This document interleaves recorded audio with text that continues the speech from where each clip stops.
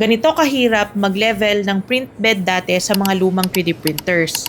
Itong 3D printer na to ay ang Ender 3 ng Creality at ito yung usong-uso dati na pang beginner na 3D printer.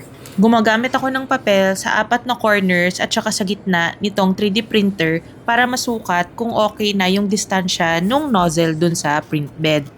Bakit ba importante ang pagle-level nung print bed? Para maiwasang kumalas yung print mo dun sa print bed. Halimbawa na lang ay dito sa luma kong video, ayan, kumalas yung ilalim.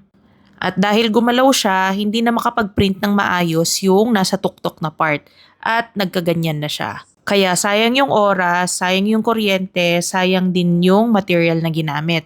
Ngayon, ikumpara naman natin yung bed leveling ng mga bagong 3D printers. Sa totoo lang, ang layo na ng narating nila. Sobrang convenient na. Dati, hindi ako makapag-recommend ng 3D printer kasi medyo mahirap nga talaga siyang gamitin.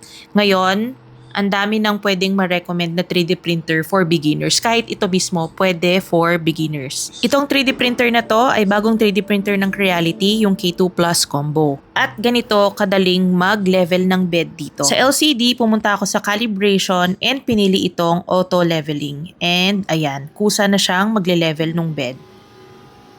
Hihintayin mo na lang siyang matapos.